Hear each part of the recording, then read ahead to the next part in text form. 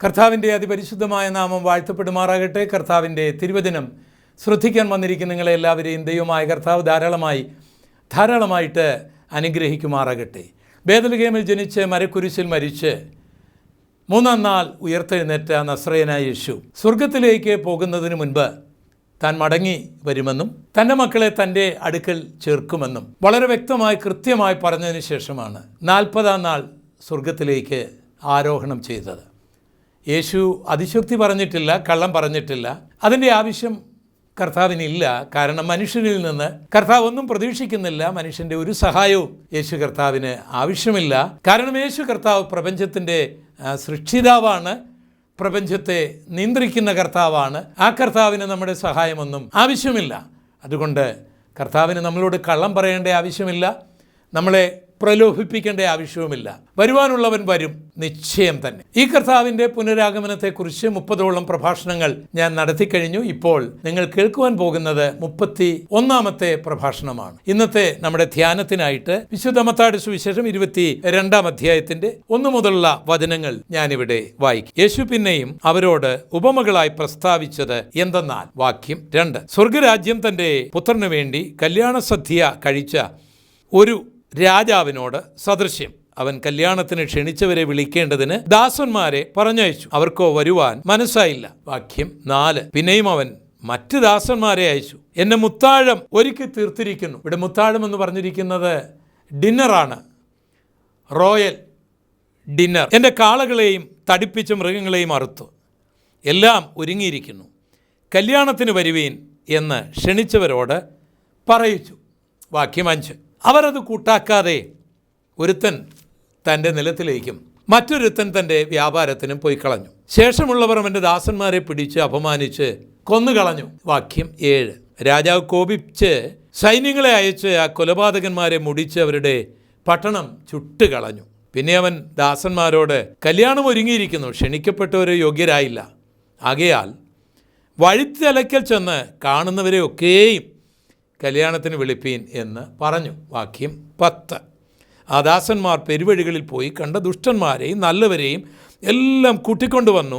കല്യാണശാല വിരുന്നുകാരെ കൊണ്ട് നിറഞ്ഞു. വാക്യം 11, വിരുന്നുകാരെ നോക്കുവാൻ രാജാവ് അകത്ത് വന്നപ്പോൾ കല്യാണ വസ്ത്രം ധരിക്കാത്ത ഒരു മനുഷ്യനെ അവിടെ കണ്ടു. സ്നേഹിത, നീ കല്യാണ വസ്ത്രമില്ലാതെ ഇവിടെ അകത്ത് വന്നതെങ്ങനെ എന്ന് ചോദിച്ചു. അവന് വാക്ക് മുട്ടിപ്പോയി. വാക്യം 13, രാജാവ് ശുശ്രൂഷകരോട്, ഇവൻ്റെ കൈയും കാലും കെട്ടി ഏറ്റവും പുറത്തുള്ള ഇരുട്ടിൽ തള്ളിക്കളവീൻ, അവിടെ കരച്ചിലും പല്ലുകടിയും ഉണ്ടാകും എന്ന് പറഞ്ഞു. ഈ ഉപമയുടെ സാരാംശം, പ്രധാനമായ അർത്ഥം 14-ാം വാക്യം, വിളിക്കപ്പെട്ടവർ അനേകർ, തിരഞ്ഞെടുക്കപ്പെട്ടവരോ ചുരുക്കം. നമ്മുടെ വാഴ്ത്തപ്പെട്ടവനായ കർത്താവ് സ്വർഗരാജ്യത്തിൻ്റെ, ദൈവരാജ്യത്തിൻ്റെ ആഴമേറിയ മർമ്മങ്ങൾ സാധാരണക്കാരായ ആൾക്കാർ മനസ്സിലാക്കേണ്ടതിന് ഉപമകളിലൂടെയാണ് സംസാരിച്ചത്. ഈ ഉപമകൾ കർത്താവ് പറയുമ്പോൾ അത് കേൾക്കുന്നവർക്കുള്ള വ്യക്തമായ ഒരു ദൂതാണ്. അപ്പോൾ തന്നെ പിന്നീട് അത് പഠിക്കുന്നവർക്ക്, പിന്നീട് ഇതുപോലുള്ള പ്രസംഗങ്ങളിലൂടെ കേൾക്കുന്നവർക്കുള്ള സന്ദേശവും ആ ദൂതിനകത്തുണ്ടാവും. യേശു പറഞ്ഞ എല്ലാ ഉപമകളും ഇസ്രായേലിൻ്റെ പശ്ചാത്തലത്തിൽ നിന്നുകൊണ്ടുള്ള ഉപമകളാണ്. അത് ഗ്രഹിക്കണമെങ്കിൽ അവരുടെ സംസ്കാരം, അവരുടെ ജിയോഗ്രഫിക്കലായിട്ടുള്ള മേഖലകൾ, കാര്യങ്ങൾ എല്ലാം നാം അറിഞ്ഞിരിക്കേണ്ടതായിട്ടുണ്ട്. യേശു കർത്താവ് പറയുന്ന ഉപമകളിലൊക്കെ പ്രവചന ദൂതുകൾ ഉണ്ടാവും, ഉപദേശപരമായ ദൂതുകൾ ഉണ്ടാകും, ആശ്വാസത്തിൻ്റെ വചനങ്ങൾ ഉണ്ടാകും, ശിക്ഷയുടെ ദൂതുകൾ ഉണ്ടാകും. ആരിത് കേൾക്കുന്നുവോ, ആരിത് വായിക്കുന്നുവോ അവർക്കുള്ള ഒരു സന്ദേശം ആ ദൂതിനകത്ത്, ആ ഉപമയ്ക്കകത്ത് ഉണ്ടായിരിക്കും. പക്ഷേ ഉപമകളെല്ലാം എല്ലാ ഭാഗങ്ങളും എല്ലാവരോടും അല്ലാത്തതുകൊണ്ട് ഉപമകൾ അക്ഷരാർത്ഥത്തിൽ വ്യാഖ്യാനിക്കാൻ പാടില്ല. പ്രത്യേകിച്ച് ഈ കൃപായുഗത്തിൽ ദൈവം എങ്ങനെയാണ് മനുഷ്യരോട് ഇടപെടുന്നത്, ദൈവത്തിൻ്റെ കൽപ്പന എന്താണ് എന്താണ് പാപം, കൽപ്പനാ ലംഘനം, എന്താണ് ശിക്ഷ, എന്താണ് ഈ കൃപായുഗത്തിൽ ഏത് രീതിയിലാണ് ദൈവം ജനങ്ങളോട് ഇടപെടുന്നത്, ജനങ്ങളോട് കൽപ്പിക്കുന്നത്, ജനങ്ങളെ ശിക്ഷിക്കുന്നത്, അത് മനസ്സിലാക്കി അതിനനുസൃതമായിട്ട് വേണം വേദപുസ്തകം വ്യാഖ്യാനിക്കുവാൻ, പ്രത്യേകിച്ച് ഉപമകൾ വ്യാഖ്യാനിക്കുവാനായിട്ട്. ഇവിടെ നമ്മൾ കർത്താവായ യേശുവിൻ്റെ പുനരാഗമനത്തോടുള്ള ബന്ധത്തിൽ ഉള്ള ദൂതുകളാണ് ഈ ഉപമയിൽ നിന്ന് പഠിക്കുവാനായിട്ട് നമ്മൾ ആഗ്രഹിക്കുന്നത്. ആ രീതിയിലാണ് നമ്മളിതിനെ വ്യാഖ്യാനിക്കുവാനായിട്ട് ആഗ്രഹിക്കുന്നത്. പ്രപഞ്ചത്തിൻ്റെ ചക്രവർത്തിയായ ദൈവം തൻ്റെ ഓമന മകനായ യേശുവിൻ്റെ കല്യാണത്തിനായിട്ട് ഇതാ ആൾക്കാരെ ക്ഷണിക്കുന്നു. വെളിപ്പാട് പുസ്തകത്തിൽ നമ്മളിങ്ങനെ വായിക്കുന്നു, കുഞ്ഞാടിൻ്റെ കല്യാണം വന്നു, തൻ്റെ കാന്തയും തന്നെത്താൻ ഒരുക്കിയിരിക്കുന്നു. കുഞ്ഞാടിൻ്റെ കല്യാണത്തിൻ്റെ വിരുന്നിന് ക്ഷണിക്കപ്പെട്ടവർ ഭാഗ്യവാന്മാർ എന്ന് നമുക്ക് വെളിപ്പാട് പുസ്തകത്തിൽ വായിക്കുവാനായിട്ട് കഴിയും. ഇവയൊന്നും അക്ഷരാർത്ഥത്തിൽ നമ്മളുടെ വിവാഹം പോലെ നമ്മൾ ചിന്തിക്കാൻ പാടില്ല. യേശു അങ്ങനെ വിവാഹം കഴിച്ചിട്ടില്ല, യേശു അങ്ങനെ വിവാഹം കഴിക്കാനും പോകുന്നില്ല. എന്നാൽ കർത്താവായ യേശുവിനെ രക്ഷകനായി സ്വീകരിച്ച് സ്നാനപ്പെട്ട് അഭിഷേകം പ്രാപിച്ച് വേർപെട്ട് വിശുദ്ധിയോട് ജീവിക്കുന്ന എല്ലാവരെയും, സ്ത്രീകളെയും പുരുഷന്മാരെയും കറുത്തവരെയും വെളുത്തവരെയും പ്രായമുള്ളവരെയും യൗവനക്കാരെയും എല്ലാം ആത്മീയ ഭാഷയിൽ കർത്താവ് തൻ്റെ കാന്തയായിട്ടാണ് കാണുന്നത്. കർത്താവ് താൻ ഗംഭീരനാദത്തോടും പ്രധാന ദൂതൻ്റെ ശബ്ദത്തോടും ദൈവത്തിൻ്റെ കാഹളത്തോടും കൂടെ സ്വർഗത്തിൽ നിന്ന് ഇറങ്ങി വരുമ്പോൾ കർത്താവിൻ്റെ സഭയിൽപ്പെട്ട് മരിച്ചുപോയവരെ കർത്താവ് ഉയർപ്പിക്കും, ജീവനോടിരിക്കുന്നവരെ രൂപാന്തരപ്പെടുത്തും, പിതാവായ ദൈവത്തിൻ്റെ മുൻപിൽ കൊണ്ട് നിർത്തും, ഒരു കാന്തയായിട്ട് അംഗീകരിക്കപ്പെടും ആത്മീക ഭാഷയിൽ. ഇതാണ് കുഞ്ഞാടിൻ്റെ കല്യാണം എന്നൊക്കെ പറയുന്നതിൻ്റെ അർത്ഥം. ഇവിടെ ഈ ഉപമയിൽ ഒരു രാജാവുണ്ട്, പുത്രനുണ്ട്, രാജാവിൻ്റെ സേവകരുണ്ട്, അവർക്ക് ചില ദൗത്യങ്ങളുണ്ട്. 3 നിലയിലുള്ള ആ സേവകന്മാരെ ഇവിടെ നമുക്ക് കാണുവാൻ കഴിയും. ക്ഷണിക്കപ്പെട്ടവരെ വിളിക്കാനായിട്ട് അയക്കപ്പെട്ട ദാസന്മാർ, പിന്നീട് പെരുവഴിയിൽ നിൽക്കുന്നവരെ വിളിക്കുവാനായിട്ട് അയക്കപ്പെട്ട മറ്റ് ദാസന്മാർ, പിന്നീട് അനുസരിക്കാതെ ഇരുന്നവരെ ശിക്ഷിക്കാൻ അയക്കുന്ന രാജാവിൻ്റെ സൈന്യം, കല്യാണ വസ്ത്രം നഷ്ടപ്പെടുത്തിയ വ്യക്തിയുടെ ശിക്ഷാ നടപടികൾ ചെയ്യുന്ന ശുശ്രൂഷകന്മാർ, ക്ഷണിക്കപ്പെട്ടവർ, വീണ്ടും ക്ഷണിക്കപ്പെട്ടവർ. ഈ കഥാപാത്രങ്ങളെയെല്ലാം നമുക്ക് ഈ ഉപമയിൽ കാണുവാനായിട്ട് കഴിയും. എല്ലാ ഉപമയ്ക്കും ഒരു പ്രധാന സന്ദേശമുണ്ട്. ആ സന്ദേശം അതിൻ്റെ ഉപസംഹാരമായിട്ട് കർത്താവ് പറഞ്ഞിരിക്കും. അത് മത്തായിയുടെ സുവിശേഷം 22:14 വിളിക്കപ്പെട്ടവർ അനേകരെങ്കിലും തിരഞ്ഞെടുക്കപ്പെട്ടവർ ചുരുക്കം. നാമോ അന്ധകാരത്തിൽ നിന്ന് തൻ്റെ അത്ഭുത പ്രകാശത്തിലേക്ക് വിളിക്കപ്പെട്ടവൻ്റെ സൽഗുണങ്ങളെ ഘോഷിപ്പാൻ വിളിക്കപ്പെട്ടവരാണ്, തിരഞ്ഞെടുക്കപ്പെട്ടവരാണ്, രാജകീയ പുരോഹിത വർഗമാണ്, വിശുദ്ധ വംശമാണ്. അങ്ങനെ കൃപയാൽ നാം വിളിക്കപ്പെട്ടു, പിതാവായ ദൈവത്താൽ വിളിക്കപ്പെട്ടു, തൻ്റെ ദാസന്മാരിലൂടെ നാം ക്ഷണിക്കപ്പെട്ടു. പക്ഷേ ഒരു തിരഞ്ഞെടുപ്പുണ്ട്. ദൈവം എല്ലാവരെയും വിളിക്കുന്നെങ്കിലും എല്ലാവരെയും തിരഞ്ഞെടുക്കുന്നില്ല. ആ തിരഞ്ഞെടുപ്പ് നാം വിളിക്കപ്പെട്ട കാലം മുതൽ നാം മരിക്കുന്നത് വരെ, അല്ലെങ്കിൽ നാം വിളിക്കപ്പെട്ട കാലം മുതൽ കർത്താവിൻ്റെ വരെയുള്ള കാലഘട്ടത്തിൽ നാം എങ്ങനെ ജീവിച്ചു, എങ്ങനെ പ്രവർത്തിച്ചു, എങ്ങനെ അനുസരിച്ചു എന്നതിൻ്റെ അടിസ്ഥാനത്തിലാണ് ആ തിരഞ്ഞെടുപ്പ് നടക്കുന്നത്. വിളിക്കപ്പെട്ടവരിൽ നിന്നേ തിരഞ്ഞെടുപ്പ് നടക്കുകയുള്ളൂ. അതുകൊണ്ട് വിളിക്കപ്പെടുക എന്ന് പറയുന്നത് വളരെ പ്രധാനപ്പെട്ട കാര്യമാണ്.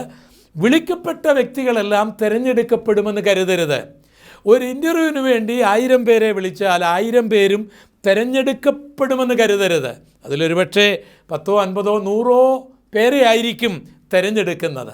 അതുകൊണ്ട് വിളിക്കപ്പെട്ടവർ ആ ഇൻ്റർവ്യൂവിൽ പാസ്സാകേണ്ടതിന് എന്തെല്ലാം ചെയ്യണമോ, ഏത് വസ്ത്രം ധരിക്കണം, എങ്ങനെ ബിഹേവ് ചെയ്യണം, എങ്ങനെ എഴുതണം, എങ്ങനെ മറുപടി പറയണം എന്നെല്ലാം പഠിച്ചൊരുങ്ങിയാണ് അവർ ചെല്ലുന്നത്. അവിടെ ഒരു തിരഞ്ഞെടുപ്പ് നടക്കും. വിളിക്കപ്പെട്ടവരിൽ 50% അതിലധികമോ ചിലപ്പോൾ തള്ളപ്പെട്ടവരായി ദുഃഖത്തോട് പോകുമ്പോൾ ഒരു കൂട്ടം ആൾക്കാർ തിരഞ്ഞെടുക്കപ്പെടുന്നത് നമ്മൾ കാണുന്നുണ്ട്.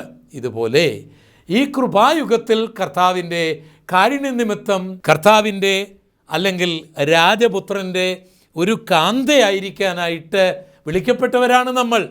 ആ കല്യാണ സദ്യയ്ക്കും നമ്മൾ ക്ഷണിക്കപ്പെട്ടവരാണ്. കാന്തയ്ക്കും കല്യാണ സദ്യയിൽ പങ്കെടുക്കാമല്ലോ, മറ്റുള്ളവർക്കും പങ്കെടുക്കാമല്ലോ.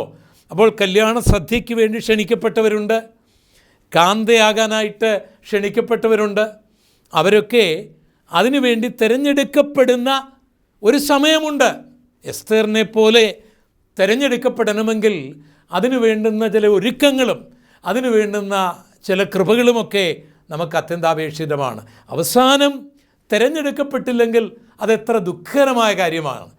എന്നോട് കർത്താവേ കർത്താവേ എന്ന് പറയുന്ന ഏവനുമല്ല, എൻ്റെ പിതാവിൻ്റെ ഇഷ്ടം ചെയ്യുന്നവനാണ് സ്വർഗരാജ്യത്തിൽ പോകുന്നത് എന്ന് കർത്താവ് മത്തായിയുടെ സുവിശേഷം 7-ാം അധ്യായത്തിൻ്റെ 22-ാം വാക്യത്തിൽ പറയുന്നുണ്ട്. തിരഞ്ഞെടുക്കപ്പെടാത്ത ഒരു കൂട്ടം ആൾക്കാർ തങ്ങളുടെ യോഗ്യതകൾ കർത്താവിനോട് പറയുന്നുണ്ട്. ഞങ്ങൾ നിൻ്റെ നാമത്തിൽ പ്രവചിച്ചു, ഞങ്ങൾ നിൻ്റെ നാമത്തിൽ ഭൂതങ്ങളെ പുറത്താക്കി, ഞങ്ങൾ നിൻ്റെ നാമത്തിൽ അത്ഭുതങ്ങൾ നടത്തി. അതൊന്നും കർത്താവ് നിഷേധിക്കുന്നില്ല. അതുകൊണ്ട് അവർ തിരഞ്ഞെടുക്കപ്പെടുന്നില്ല. അവർ പ്രവാചകരായിട്ട് അവർ അത്ഭുതങ്ങളും അടയാളങ്ങളും കർത്താവിൻ്റെ നാമത്തിൽ നടത്തിയതുകൊണ്ട് അവർ സ്വർഗത്തിലേക്ക് തിരഞ്ഞെടുക്കപ്പെടുന്നില്ല. എന്തുകൊണ്ട്? കർത്താവിൻ്റെ നിയമങ്ങളും കർത്താവിൻ്റെ കൽപ്പനകളും അവരനുസരിച്ചില്ല എന്നുള്ളതാണ് സത്യം. അവരുടെ പ്രവചനത്തിനെതിരായി കർത്താവ് ഒന്നും പറയുന്നില്ല, അവർ നടത്തിയ അത്ഭുതങ്ങൾക്കെതിരായും കർത്താവ് പറയുന്നില്ല. അതൊക്കെ അവർ ചെയ്തത് ശരിയാണ്. പക്ഷേ സ്വർഗരാജ്യത്തിലേക്ക് തിരഞ്ഞെടുക്കപ്പെടുവാൻ അവർ യോഗ്യരല്ല എന്ന് നമ്മെ പഠിപ്പിക്കേണ്ടതിന് കർത്താവ് പറഞ്ഞ ആ വചനം എല്ലാ ദിവസവും ഒന്ന് വായിക്കുന്ന നല്ലതാണ്. മത്തായിയുടെ സുവിശേഷം 7:22. എന്നോട് കർത്താവേ കർത്താവേ എന്ന് പറയുന്ന ഏവനുമല്ല, എൻ്റെ പിതാവിൻ്റെ ഇഷ്ടം ചെയ്യുന്നവനാണ് സ്വർഗത്തിൽ പോകുന്നത്. ഈ വചനം നമ്മൾ നമ്മുടെ മനസ്സിൽ എഴുതിയിട്ടിരിക്കണം. നമ്മൾ ഓരോ കാര്യങ്ങൾ ചെയ്യുമ്പോഴും ചെയ്യാതിരിക്കുമ്പോഴും പിതാവിൻ്റെ ഇഷ്ടമാണോ ഞാൻ ചെയ്യുന്നത്, പിതാവിൻ്റെ ഇഷ്ടമാണോ ഞാൻ ചെയ്യാതിരിക്കുന്നത് എന്നുള്ളത് സ്വയം പരിശോധിക്കണം. അത് ഈ വേദപുസ്തകം പഠിക്കണം, വേദപുസ്തകം വായിക്കണം. അപ്പോൾ ദൈവത്തിൻ്റെ ഇഷ്ടവും ദൈവത്തിൻ്റെ ഇഷ്ടക്കേടുമൊക്കെ നമുക്ക് മനസ്സിലാക്കുവാനായിട്ട് കഴിയും. ഇപ്പോൾ നമ്മൾ കർത്താവിൻ്റെ വരവിനോടുള്ള ബന്ധത്തിൽ ഈ ഉപമയെ പഠിക്കുമ്പോൾ ഇതിൻ്റെ ഓരോ ഭാഗങ്ങളിലൂടെയും നമുക്ക് ഒന്ന് കടന്നുചെല്ല. മത്തായിയുടെ സുവിശേഷം 22-ന്റെ-3-ാം വാക്യം അവിടെ ഇങ്ങനെ നാം വായിക്കുന്നു: അവൻ കല്യാണത്തിന് ക്ഷണിച്ചവരെ വിളിക്കേണ്ടതിന് ദാസന്മാരെ പറഞ്ഞയച്ചു. ഇപ്പോൾ രാജാവ് തൻ്റെ പുത്രൻ്റെ കല്യാണത്തിന് ക്ഷണിക്കാനായിട്ട് താൻ മുൻപ് ക്ഷണിച്ചവരെ വീണ്ടും വിളിക്കേണ്ടതിന് വേണ്ടി തൻ്റെ ദാസന്മാരെ അയക്കുകയാണ്. അങ്ങനെ രാജഭൃത്യന്മാർ ക്ഷണിക്കപ്പെട്ടവരുടെ വീട്ടിൽ വന്നിട്ട് പറഞ്ഞു, ഡിന്നറെല്ലാം ഒരുങ്ങിക്കഴിഞ്ഞു, അതുകൊണ്ട് നിങ്ങളെല്ലാവരും കല്യാണത്തിന് വരണം എന്ന് പറഞ്ഞപ്പോൾ ഈ ക്ഷണിക്കപ്പെട്ടവർ എന്താണ് ചെയ്തത്? 22-ാം അധ്യായത്തിൻ്റെ 5-ാം വാക്യം. അവർ അത് കൂട്ടാക്കാതെ രാജാവ് ക്ഷണിച്ചതും രാജഭൃത്യന്മാരെ വിട്ട് പറയിച്ചതും കൂട്ടാക്കാതെ ഒരുത്തൻ തൻ്റെ നിലത്തിലേക്കും മറ്റൊരുത്തൻ വ്യാപാരത്തിനും പോയിക്കളഞ്ഞു. രാജാവ് അത് കേട്ടപ്പോൾ താൻ പിന്നെ എന്താണ് ചെയ്തത്? തൻ്റെ മറ്റ് ചില ദാസന്മാരോട് പറഞ്ഞു, നിങ്ങൾ പെരുവഴിയിലേക്ക് പോയിട്ട് കണ്ടവരെയെല്ലാം ക്ഷണിച്ചു കൊണ്ടുവരുവാൻ പറഞ്ഞു. മത്തായി 22-ന്റെ-10-ാം വാക്യം. ആ ദാസന്മാർ പെരുവഴികളിൽ പോയി കണ്ട ദുഷ്ടന്മാരെയും നല്ലവരെയും എല്ലാം കൂട്ടിക്കൊണ്ടുവന്നു. കല്യാണശാല വിരുന്നുകാരെ കൊണ്ട് നിറച്ചു. അപ്പം രാജാവിൻ്റെ ഭൃത്യന്മാരുടെ ജോലി രാജകുമാരൻ്റെ വിവാഹത്തിന് ജനങ്ങളെ വിളിക്കുക എന്നുള്ളതാണ്. ആദ്യം ക്ഷണിച്ചവർ വന്നില്ല. രണ്ടാമത് എല്ലാവരെയും ക്ഷണിക്കാൻ ഉള്ള ഒരനുവാദം രാജാവ് കൊടുക്കുകയാണ്. പ്രിയപ്പെട്ടവരെ, കർത്താവിൻ്റെ വേലയ്ക്ക് വേണ്ടി വിളിക്കപ്പെട്ടവരെ, രാജാവിൻ്റെ സേവകരെ, നമുക്കൊരു വലിയ ദൗത്യമുണ്ട്. അത് കുഞ്ഞാടിൻ്റെ കല്യാണത്തെക്കുറിച്ച്, രാജകുമാരൻ്റെ കല്യാണത്തെക്കുറിച്ച്, നമ്മുടെ കർത്താവിൻ്റെ വരവിനെക്കുറിച്ച്, ആ വിരുന്നിനെക്കുറിച്ച് പറയുവാനും ജനത്തെ ക്ഷണിക്കുവാനും വിളിക്കപ്പെട്ടവരാണ് നമ്മൾ. ജൂതന്മാരെ ക്ഷണിച്ചിട്ട് അവർ ആ ക്ഷണം കേട്ടില്ല.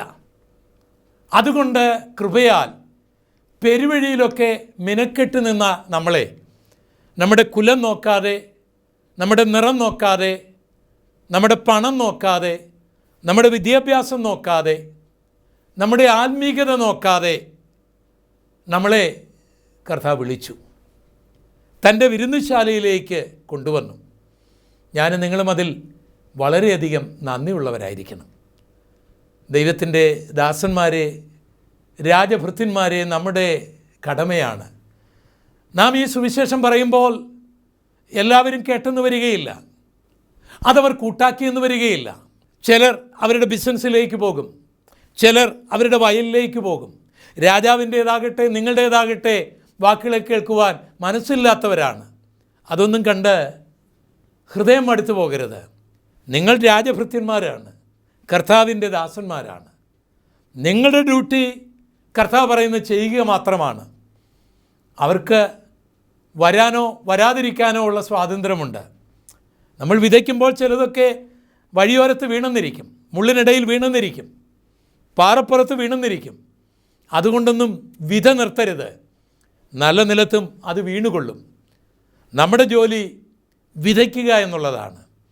നമ്മുടെ ജോലി ക്ഷണിക്കുക എന്നുള്ളതാണ്. കുറേ പേരെങ്കിലും കേൾക്കുവാൻ തയ്യാറാകും. ഇവിടെ ഇതാ വിരുന്നുശാല നിറഞ്ഞിരിക്കുകയാണ്. ചിലരൊക്കെ കേട്ടില്ലെങ്കിലും, ചിലരൊക്കെ അംഗീകരിച്ചില്ലെങ്കിലും, അവർക്കൊക്കെ ഈ ആത്മീകതയേക്കാൾ, ഈ യേശുവിനേക്കാൾ, ഈ സുവിശേഷത്തേക്കാൾ തങ്ങളുടെ വയലും ബിസിനസ്സുമാണെങ്കിൽ അതവിടേക്ക് പോകട്ടെ.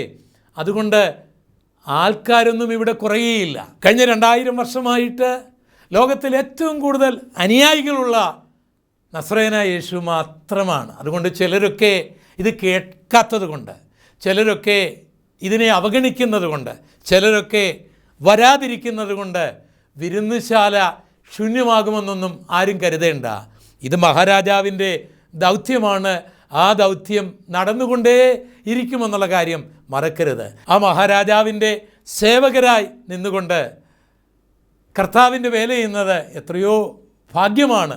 പ്രപഞ്ചത്തിൻ്റെ നാഥനായ ദൈവത്തിൻ്റെ ഒരു ദാസനായി നിന്നുകൊണ്ട് ഞാനും ക്ഷണിക്കുകയാണ് നിങ്ങളെ ആ വിരുന്നിലേക്ക്. അല്ല, കർത്താവിൻ്റെ കാന്തയായിത്തീരാനായിട്ട് ഞാൻ വിളിക്കുകയാണ്. ആ വിവാഹ മഹോത്സവം നടക്കുവാൻ പോകുകയാണ്. കർത്താവ് വരുവാൻ പോകുകയാണ്. കേവലമൊരു വിവാഹ സദ്യയിൽ നിങ്ങൾക്ക് തൃപ്തിയാകേണ്ടതില്ല. നിങ്ങൾക്ക് കർത്താവിൻ്റെ കാന്തയായി തന്നെ തീരുവാനായി കഴിയും. ഞങ്ങൾ ക്ഷണിക്കുകയാണ്, താമസിക്കരുത്, കർത്താവിൻ്റെ അടുക്കിലേക്ക് വരിക. ചിലർ ഒഴിവുകഴിവ് പറഞ്ഞുകൊണ്ട് അവരുടെ ബിസിനസ്, അവരുടെ കൃഷിസ്ഥലം, അവരുടെ വിദ്യാഭ്യാസം എല്ലാം വലുതായി കണ്ട് യാത്ര ചെയ്യുന്ന പ്രിയപ്പെട്ടവരുടെ അവസ്ഥ നിങ്ങൾക്ക് അറിയാമോ? അന്ന് 2 പേർ വയലിലായിരിക്കും, ഒരാൾ എടുക്കപ്പെടും, ഒരാൾ തള്ളപ്പെടും. അതുകൊണ്ട് വയലിൽ യേശുവില്ലാതെയുള്ള പോക്ക്, ബിസിനസ്സിൽ യേശുവില്ലാതെയുള്ള പോക്ക് കർത്താവിൻ്റെ വരവിൽ തള്ളപ്പെടും എന്നുള്ള കാര്യം മറക്കരുത്. ഇവിടെ രാജഭൃത്യന്മാർ അറിഞ്ഞിരിക്കേണ്ട ഒരു കാര്യമുണ്ട്. രാജാവ് എല്ലാവരെയും ക്ഷണിക്കാൻ പറഞ്ഞിട്ടുണ്ടെങ്കിൽ പിന്നെ നമ്മൾ മുഖം നോക്കരുത്. മർക്കോസ് 16:15 പറഞ്ഞിരിക്കുന്നത് ഭൂലോകം മുഴുവൻ പോകണം. മത്തായി 28:20 പറഞ്ഞിരിക്കുന്നത് സകല ജാതികളെയും ശിഷ്യരാക്കണം. ആരെയും മാറ്റി നിർത്തരുത്. സുവിശേഷത്തിന് എല്ലാ വ്യക്തികളെയും, എല്ലാ സമൂഹത്തെയും സ്വീകരിക്കാനുള്ള കരുണയുണ്ട്, മനസ്സുണ്ട്, വിശാലതയുണ്ട് എന്ന് കർത്താവിൻ്റെ വേല ചെയ്യുന്ന നമ്മൾ അറിഞ്ഞിരിക്കണം. മത്തായി 22:6 നമ്മൾ പഠിക്കുമ്പോൾ ചിലർ ഈ സുവിശേഷത്തെ അംഗീകരിച്ചില്ല, രാജാവിൻ്റെ കൽപ്പനയെ തിരസ്കരിച്ചു എന്ന് മാത്രമല്ല, തൻ്റെ ദാസന്മാരെ അപമാനിക്കുകയും കൊല്ലുകയും ചെയ്തു. കർത്താവിൻ്റെ വേലക്കാർ ഇതും കൂടി അറിഞ്ഞിരിക്കണം. രാജഭൃത്യന്മാർ എന്നും മാനിക്കപ്പെട്ടുകൊണ്ടിരിക്കുമെന്നൊന്നും കരുതരുത്. ചിലപ്പോൾ അപമാനമുണ്ടാകും. സ്റ്റെയിൻ ഗ്രഹാമിനെ പോലെ ചിലപ്പോൾ രക്തസാക്ഷിയാകേണ്ടി വരും. അങ്ങനെയൊക്കെ ഉണ്ടാകും എന്നറിഞ്ഞുകൊണ്ട് വേണം ഈ മഹാരാജാവിൻ്റെ സേവകരാകാൻ. പക്ഷേ കർത്താവിന് വേണ്ടി നിങ്ങൾ അപമാനിക്കപ്പെടുകയോ കർത്താവിന് വേണ്ടി നിങ്ങൾ കൊല്ലപ്പെടുകയോ ചെയ്താൽ നിങ്ങൾക്ക് ലഭിക്കുന്ന പ്രതിഫലം വലുതാണ്. നിങ്ങൾക്ക് ലഭിക്കുന്ന നിത്യജീവൻ അതിശയകരമാണെന്നുള്ള കാര്യം മറക്കരുത്. അങ്ങനെ രാജപുത്രൻ്റെ കല്യാണത്തിന് വേണ്ടി ഒരുക്കിയ മനോഹരമായ വിരുന്നുശാല ജനങ്ങളെ കൊണ്ട് നിറഞ്ഞു. അവസാനം രാജാവ് എഴുന്നള്ളുകയാണ്. നമുക്ക് നോക്കാം. മത്തായി 22:11 നാം ഇങ്ങനെ വായിക്കുന്നു: വിരുന്നുകാരെ നോക്കുവാൻ രാജാവ് അകത്ത് വന്നപ്പോൾ കല്യാണ വസ്ത്രം ധരിക്കാത്ത ഒരു മനുഷ്യനെ അവിടെ കണ്ടു. ഇനി തെരഞ്ഞെടുപ്പിൻ്റെ സമയമാണ്. വഴിയിൽ കണ്ടവർക്കൊക്കെ പ്രവേശനത്തിന് അനുമതി കൊടുത്തു, നല്ലവർക്കും ദുഷ്ടന്മാർക്കുമെല്ലാം. അങ്ങനെ വരുന്നവർക്ക് രാജാവ് ഒരു വസ്ത്രം കൊടുക്കും, കല്യാണ വസ്ത്രം, ഒരു ഗൗണാണത്. അത് ധരിച്ചുകൊണ്ട് വേണം കല്യാണശാലയിലേക്ക് പ്രവേശിക്കാൻ. അപ്പോൾ അവിടെ ചെറുപ്പ വലുപ്പമൊന്നുമില്ല, വളരെ മനോഹരമായൊരു കാഴ്ചയാണ്. വഴിയിൽ നിന്നവർക്ക്, സാധാരണക്കാർക്ക് ഈ രാജവസ്ത്രമൊന്നുമില്ല, അത് വാങ്ങിക്കാനും ഒരു കഴിവില്ല. അതുകൊണ്ട് ക്ഷണിക്കപ്പെട്ടവരെയെല്ലാം ആദരിക്കത്തക്ക നിലയിൽ അവർക്ക് ആ ഗൗൺ കൊടുക്കുകയാണ്.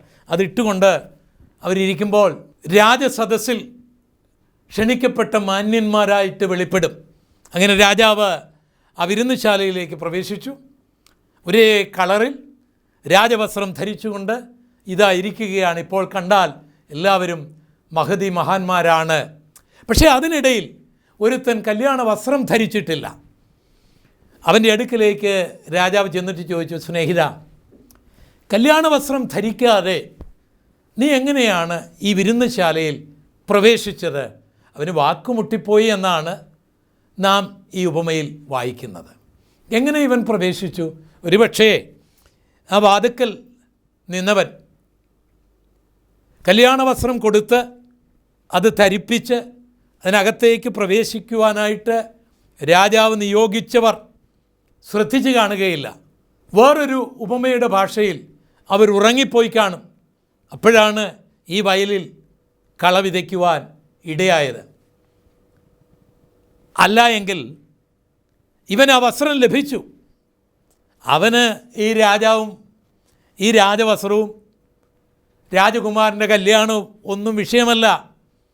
ഒരു നല്ല മുത്താഴം, നല്ലൊരു ഡിന്നർ, ഭക്ഷണം മാത്രമാണ് അവൻ്റെ ലക്ഷ്യം. അല്ലാതെ രാജാവുമായിട്ട് അവന് ബന്ധമൊന്നുമില്ല. അതുകൊണ്ട് ഈ വസ്ത്രത്തെക്കുറിച്ചൊന്നും അവനത്ര ചിന്തിച്ചില്ല. രാജാവിൽ നിന്ന് ചില ഭൗതിക നന്മകൾ ഇത് മാത്രമേ ഉള്ളൂ. പ്രിയപ്പെട്ടവരെ, ആത്മീകത, ദൈവികത, യേശുവിനെ സ്വീകരിക്കുക, യേശുവിൻ്റെ അടുക്കലേക്ക് വരിക എന്നൊക്കെ പറഞ്ഞാൽ അതൊരു മതം മാറ്റമാകാൻ പാടില്ല. ഏതെങ്കിലും കാര്യസാധ്യത്തിന് വേണ്ടിയാകാൻ പാടില്ല. നിൽക്കാനൊരു മേഖലയും ഇല്ലാത്തത് കൊണ്ട് ചേക്ക് കയറുന്ന ഒരു മേഖലയായി മാറ്റപ്പെടരുത്. അവിടെ ചെന്നാൽ എന്തെങ്കിലുമൊക്കെ കിട്ടും എന്നുള്ള പ്രതീക്ഷയാകരുത്. അങ്ങനെ ഭൗതികമായ കാര്യങ്ങൾക്ക് വേണ്ടി കർത്താവിൻ്റെ സഭയ്ക്കകത്തേക്ക് വരുന്നവർ തിരഞ്ഞെടുക്കപ്പെടുന്ന സമയമാകുമ്പോൾ തള്ളപ്പെടുവാൻ സാധ്യതയുണ്ട്. കർത്താവിനെ കണ്ടെത്തി രാജാവിനോടുള്ള ബഹുമാന നിമിത്തം രക്ഷിക്കപ്പെട്ട് വരുന്നവർ അവൻ്റെ ആത്മീക ജീവിതത്തെ അവൻ നോക്കും. അവൻ്റെ വസ്ത്രമുണ്ടോ? ആ വസ്ത്രം ശരിക്കാണോ ഇട്ടിരിക്കുന്നത്? കർത്താവിൻ്റെ കൽപ്പന അനുസരിക്കുന്നുണ്ടോ? ഇതൊക്കെ ആയിരിക്കും അവൻ്റെ ഉപവാസത്തിൻ്റെയും അവൻ്റെ പ്രാർത്ഥനയുടെയും അവൻ്റെ ആരാധനയുടെയും ഒക്കെ വിഷയം. അല്ലാതെ കുറേ ഭൗതിക നന്മകൾ വാരിക്കൂട്ടാനായിട്ട് അവൻ അധികം ഉപവസിക്കാറില്ല. അതിനുവേണ്ടി ഒത്തിരി അവൻ ഫോക്കസ് ചെയ്യാറില്ല. അവൻ്റെ ആത്മീക വർധനയ്ക്ക്, അവൻ്റെ അഭിഷേകത്തിന്, ദൈവികമായി വളരേണ്ടതിന് ഇതിനു വേണ്ടിയൊക്കെയാണ് അവൻ കൂടുതലായി ഉപവസിക്കുന്നത്. ഇതിനു വേണ്ടിയൊക്കെയാണ് അവൻ കൂടുതലായി പ്രാർത്ഥിക്കുന്നത്. ഇതിനു വേണ്ടിയൊക്കെയാണ് അവൻ കൂടുതലായി ആരാധിക്കുന്നത്. ഇതിനു വേണ്ടിയൊക്കെയാണ് അവൻ കൂടുതലായി ബൈബിൾ പഠിക്കുന്നത്. എന്നാൽ ഭക്ഷണത്തിന് വേണ്ടി വന്നവൻ്റെ പ്രാർത്ഥന കുറവാകും. കാര്യസാധ്യത്തിന് അവൻ കൂടുതൽ പ്രാർത്ഥിച്ചെന്നിരിക്കും. ഉപവാസം കുറവാണ്, അവന് കാര്യസാധ്യത്തിന് വേണ്ടി അവൻ ഉപവസിച്ചെന്നിരിക്കും. അവൻ ആരാധന കുറവാണ്, കാര്യസാധ്യത്തിന് വേണ്ടി അവൻ ആരാധിച്ചെന്നിരിക്കും. അവന് ഈ പെരുത്ത മീൻകൂട്ടമാണ് ഏറ്റവും വലുത്, അല്ലെങ്കിൽ ഈ വിഭവസമൃദ്ധമായ ഭക്ഷണമാണ് വലുത്. ആ ഭക്ഷണം അവന് കിട്ടിയില്ലെങ്കിൽ അവൻ പോയെന്നിരിക്കും. അവന് കല്യാണ വസ്ത്രമൊന്നും പ്രധാനമല്ല. പ്രിയപ്പെട്ടവരെ, കുഞ്ഞാടിൻ്റെ കല്യാണത്തിൽ പങ്കെടുക്കണമെങ്കിൽ കുഞ്ഞാട് പ്രതീക്ഷിക്കുന്ന വസ്ത്രം തൻ്റെ കാന്ത ധരിച്ചിരിക്കണം. കുഞ്ഞാടിൻ്റെ കല്യാണം വന്നുവല്ലോ, തൻ്റെ കാന്തയും തന്നെത്താൻ ഒരുക്കിയിരിക്കുന്നു. അത് വിശുദ്ധന്മാരുടെ നീതിപ്രവർത്തികൾ തന്നെ എന്ന് നമ്മൾ വെളിപ്പാട് പുസ്തകത്തിൽ വായിക്കുന്നു. കറയും കളങ്കവും വാട്ടവും മാലിന്യവുമില്ലാതെ തേജസ്സോടെ തൻ്റെ കാന്തയെ മുൻനിർത്തേണ്ടതിന് വേണ്ടി അവൻ തന്നെത്താൻ ഏൽപ്പിച്ചു കൊടുത്തുവെന്ന് നമ്മൾ എഫെസ്യ ലേഖനത്തിൽ വായിക്കുന്നു. രക്ഷയുടെ വസ്ത്രമുണ്ട്, കല്യാണ വസ്ത്രമുണ്ട്, പല വസ്ത്രങ്ങളുണ്ട്. പക്ഷേ മഹാരാജാവിൻ്റെ മുൻപിൽ നിൽക്കണമെങ്കിൽ, രാജകുമാരൻ്റെ കല്യാണത്തിൽ പങ്കെടുക്കണമെങ്കിൽ നമുക്കൊരു വസ്ത്രം ആവശ്യമാണ്. ആദമിനും ഹവ്വയ്ക്കും ദൈവം തേജസ്സിൻ്റെ വസ്ത്രം കൊടുത്തു. എന്നിട്ട് ദൈവം പറഞ്ഞു, വിലക്കപ്പെട്ട കനി ഭക്ഷിക്കരുത്, തോട്ടം കാക്കണം. അവർ ദൈവത്തിൻ്റെ കൽപ്പന ലംഘിച്ചു. വിലക്കപ്പെട്ട കനി അവർ ഭക്ഷിച്ചു. അവരുടെ വസ്ത്രം നഷ്ടപ്പെട്ടു. പതിവ് പോലെ ദൈവം ഏദൻ തോട്ടത്തിൽ വന്നപ്പോൾ പതിവ് പോലെ ദൈവത്തിൻ്റെ അടുക്കലേക്ക് ഓടിച്ചെല്ലുവാൻ കഴിയാതെ ആദമും ഹവ്വയും ഓടി ഒളിക്കുന്നതാണ് നാം ഉൽപ്പത്തി പുസ്തകം 3-ാം അധ്യായത്തിൽ വായിക്കുന്നത്. അത്തിയില കൊണ്ട് ചില വസ്ത്രമൊക്കെ ഉണ്ടാക്കി താൽക്കാലം നിൽക്കാൻ അവർ നോക്കിയത് പരാജയപ്പെട്ടതായും അവിടെ രേഖപ്പെടുത്തിയിട്ടുണ്ട്. വെളിപ്പാട് പുസ്തകം 3-ാം അധ്യായത്തിലേക്ക് നമ്മൾ വരുമ്പോൾ ലവോദിക്കിയ സഭയെ കാണുകയാണ്.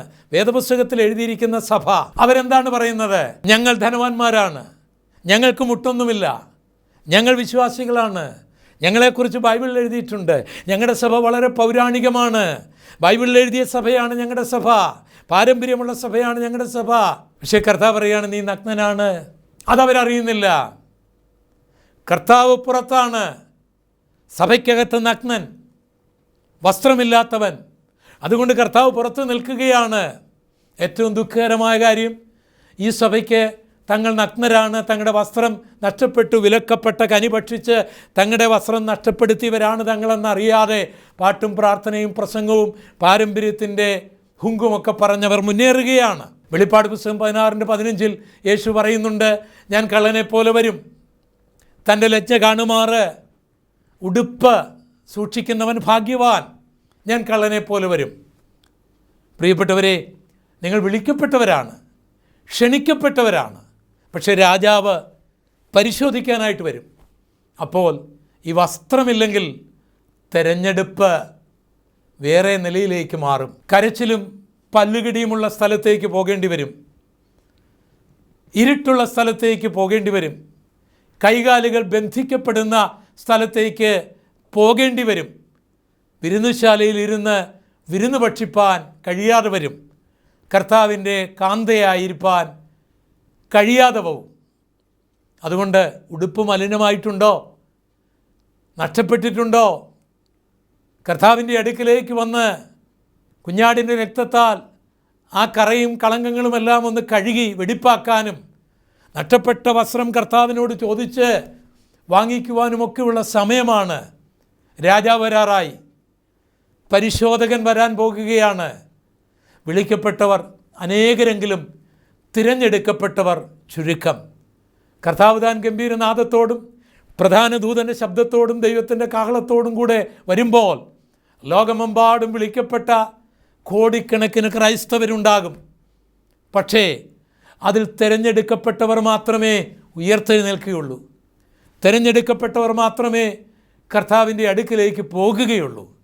ആകയാൽ വിളിക്കപ്പെട്ട പ്രിയപ്പെട്ടവരെ, തിരഞ്ഞെടുപ്പിൽ തള്ളപ്പെടാതിരിപ്പാൻ ദൈവം നമുക്ക് നൽകിയിരിക്കുന്ന വസ്ത്രം നമുക്ക് സൂക്ഷിക്കാം. രാജാവ് നിശ്ചയമായും വരും. അവൻ്റെ കണ്ണിൻ്റെ മുൻപിൽ ഒന്നും മറഞ്ഞിരിക്കുകയില്ല. ആ പരിശോധനയിൽ ഞാനും നിങ്ങളും പുറന്തള്ളപ്പെടാതിരിപ്പാൻ നമുക്ക് നമ്മെ തന്നെ ഏൽപ്പിക്കാം. നമുക്ക് പ്രാർത്ഥിക്കാം. ഞങ്ങളുടെ കർത്താവേ, ഞങ്ങളുടെ ദൈവമേ, വഴിയോരങ്ങളിൽ നിന്നിരുന്ന ഞങ്ങളെ അവിടുന്ന് വിളിച്ചതിനായ സ്തോത്രം.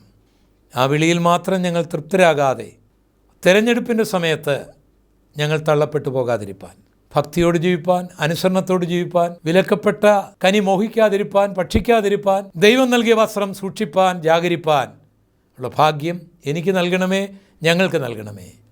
യേശു കർത്താവിൻ്റെ പരിശുദ്ധമുള്ള നാമത്തിൽ അപേക്ഷിക്കുന്നു. കൃപ തോന്നി കേൾക്കുമാറാകണമേ. ആമേൻ.